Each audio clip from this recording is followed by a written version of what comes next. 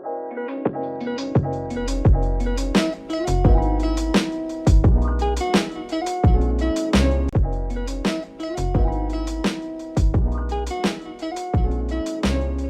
adik-adik, kembali lagi bersama Kak Lida di sini dari KKN Back to Village Universitas Jember. Jadi, hari ini kita akan membahas mengenai pola gizi seimbang. Gizi seimbang bangsa sehat berprestasi. Nah, simak terus ya presentasi dan video hari ini.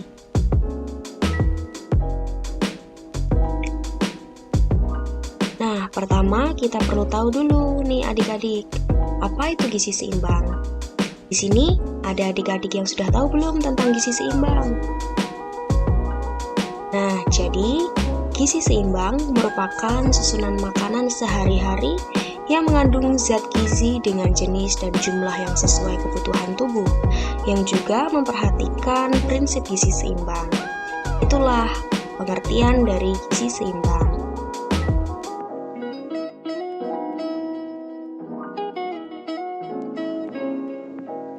Untuk menyingkat pengertian dari gizi seimbang, jadi gizi seimbang itu menyeimbangkan zat gizi yang masuk ke dalam tubuh dan yang keluar. Yang masuk berarti melalui makanan, dan yang keluar berarti melalui kegiatan dan aktivitas kita sehari-hari.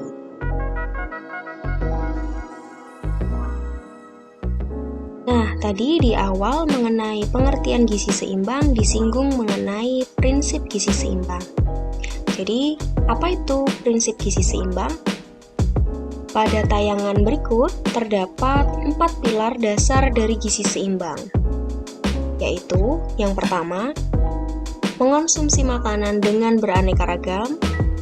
Kedua, menerapkan pola hidup bersih dan sehat seperti mencuci tangan, kemudian membersihkan lingkungan rumah, membersihkan diri pribadi.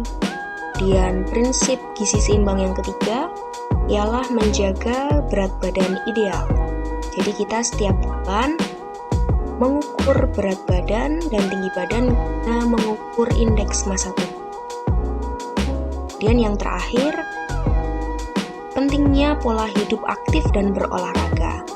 Jadi kita di sini untuk menggenapi prinsip gizi seimbang juga perlu pola hidup yang aktif serta olahraga yang rutin. Begitu adik-adik.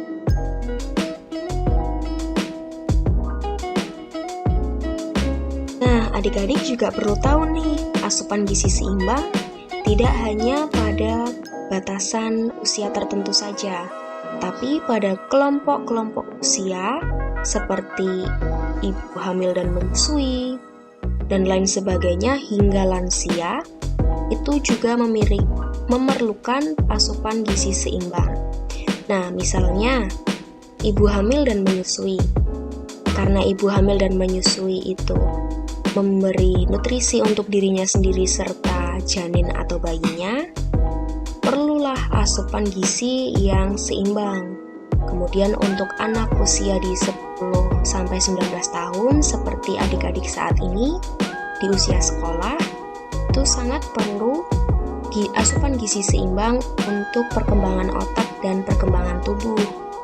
Juga untuk pada masa dewasa diperlukanlah konsumsi gizi seimbang agar kita tidak makan makanan yang junk food atau siap saji saja. Dan pemantauan berat badan juga diperlukan. Nah, yang terakhir, contoh yang terakhir di sini terdapat kelompok usia lansia.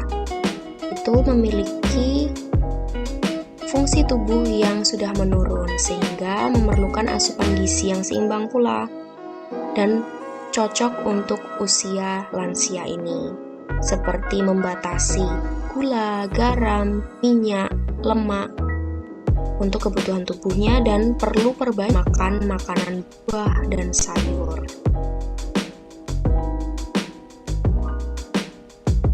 Coba adik-adik perhatikan pada tayangan berikut ini. Ini gambar apa ya adik-adik? Benar sekali, pada tayangan berikut ini terlihat gambar tumpeng. Jadi ketika kita membahas mengenai pedoman gizi seimbang atau PGS, kita akan familiar atau akan kenal dengan tumpeng gizi seimbang.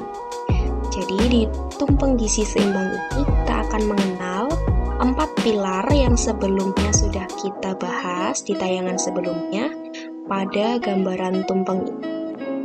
Jadi pilar yang pertama yaitu mengonsumsi makanan yang beragam. Terlihat pada tumpeng terdapat berbagai macam jenis makanan, dari makanan pokok, lauk, pauk, buah, sayur, dan lain sebagainya. Kemudian di dalam tumpeng gizi seimbang ini juga kita perlu membatasi asupan gula, garam, serta minyak. Kemudian pada pilar yang kedua itu menerapkan perilaku hidup bersih dan sehat. Terdapat juga pada gambar tumpeng gizi seimbang berikut. Kemudian yang ketiga, kita perlu memantau berat badan. Juga tergambar dalam tumpeng gizi seimbang ini. Nah, pilar yang terakhir adalah berolahraga dan beraktivitas dengan aktif. Di sini dicontohkan dengan bermain sepak bola, berjalan, senam, bersepeda, dan lain sebagainya. Oh ya, tak lupa juga, tumpeng gizi seimbang ini memuat mengonsumsi air putih sebanyak 2 liter atau 8 gelas dalam sehari. Itu minimal ya adik-adik. Jadi jangan lupakan minum air putih 2 liter atau 8 gelas minimal per hari.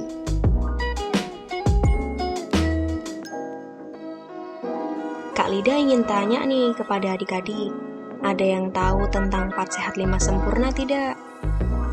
Nah, jika adik-adik mengenal 4 sehat 5 sempurna, apa bedanya 4 sehat 5 sempurna dengan pedoman gizi seimbang yang kita bahas hari ini?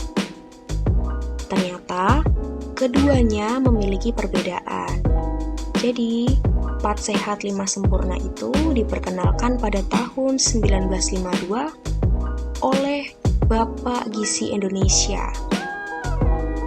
Nah, ini mengenalkan tentang memakan makanan atau pola makanan agar tidak terjadi kurang gizi.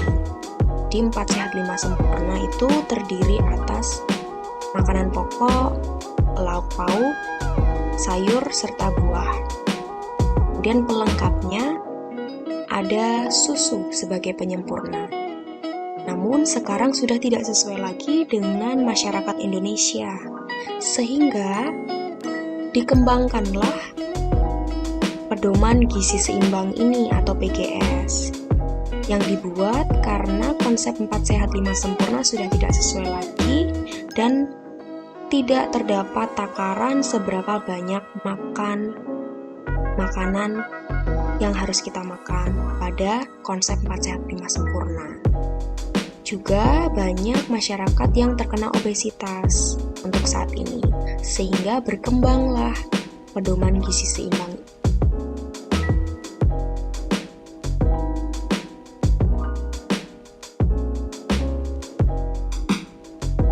Nah, berikut ini kakak tayangkan 2 gambar mengenai konsep 4 sehat 5 sempurna dan pedoman gizi seimbang. Pada gambar di sebelah kiri terdapat konsep 4 sehat 5 sempurna.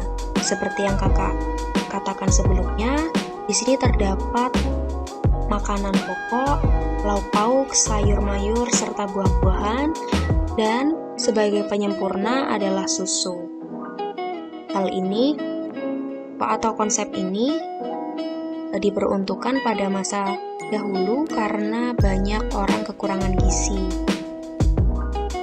Kemudian untuk saat ini sudah tidak sesuai lagi dengan masyarakat Indonesia, sehingga dikembangkanlah pedoman gizi seimbang yang di dalamnya terdapat 4 pilar gizi seimbang yang termuat dalam tumpeng gizi seimbang yang tadi kakak sudah jelaskan pada tayangan sebelumnya. Gitu adik-adik.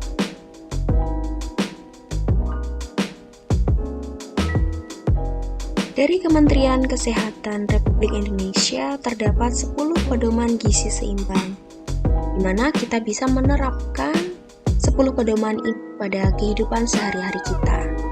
Yang pertama, biasakanlah mengonsumsi aneka ragam makanan pokok seperti nasi, jagung, singkong, ketela, serta umbi-umbian yang lain. Kentang juga bisa. Dan yang kedua, batasi konsumsi pangan manis, asin, dan berlemak. Yang ketiga, lakukan aktivitas fisik yang cukup dan pertahankan berat badan ideal. Yang keempat, biasakan mengonsumsi lauk pauk yang mengandung protein tinggi. Kelima, cuci tangan pakai sabun dengan air mengalir. Keenam, biasakan sarapan pagi. Ketujuh, biasakan minum air putih yang cukup dan aman. Kedelapan, banyak makan buah dan sayur. Kesembilan, biasakan membaca label pada kemasan pangan. Dan yang terakhir, syukuri dan nikmati aneka ragaman makanan di sekitar kita.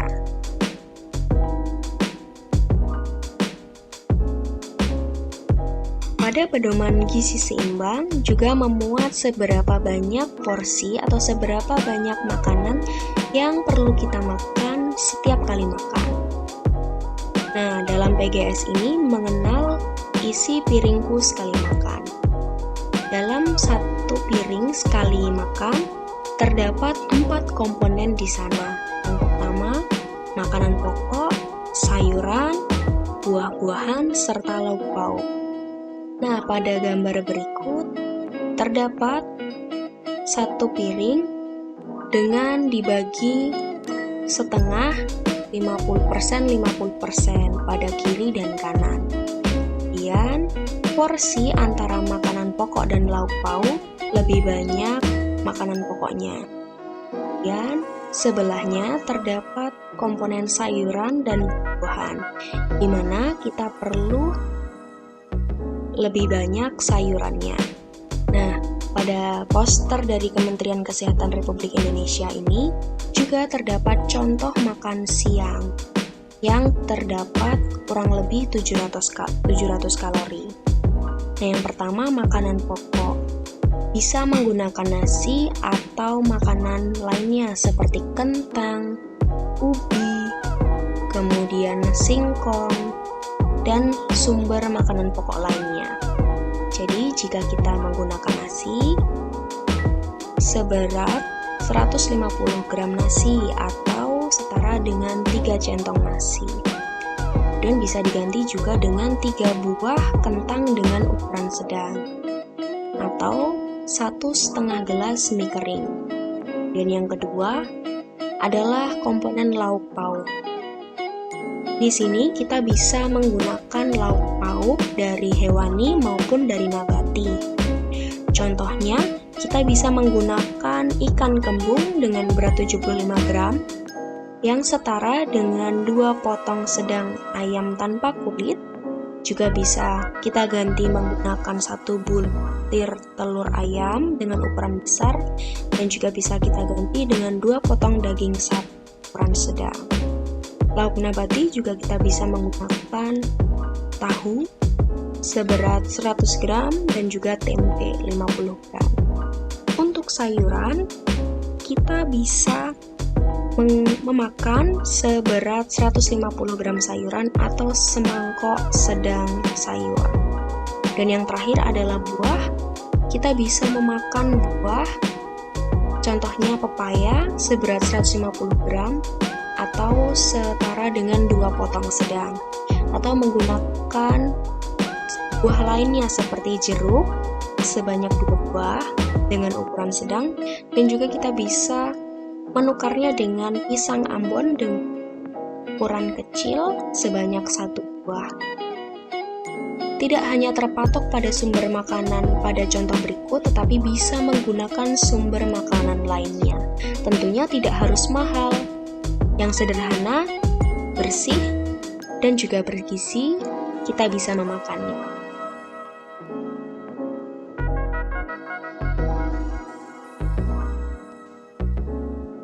Nah, akhirnya kita berada di penghujung dari video ini. Sekian adik-adik, video dari kakak. Semoga apa yang kakak sampaikan pada video ini bisa bermanfaat dan bisa adik terapkan dalam kehidupan sehari-hari. Terima kasih untuk menonton dan sampai jumpa lagi. Sumber referensi dari video adalah Pedoman Gizi Seimbang Kementerian Kesehatan Republik Indonesia tahun 2014.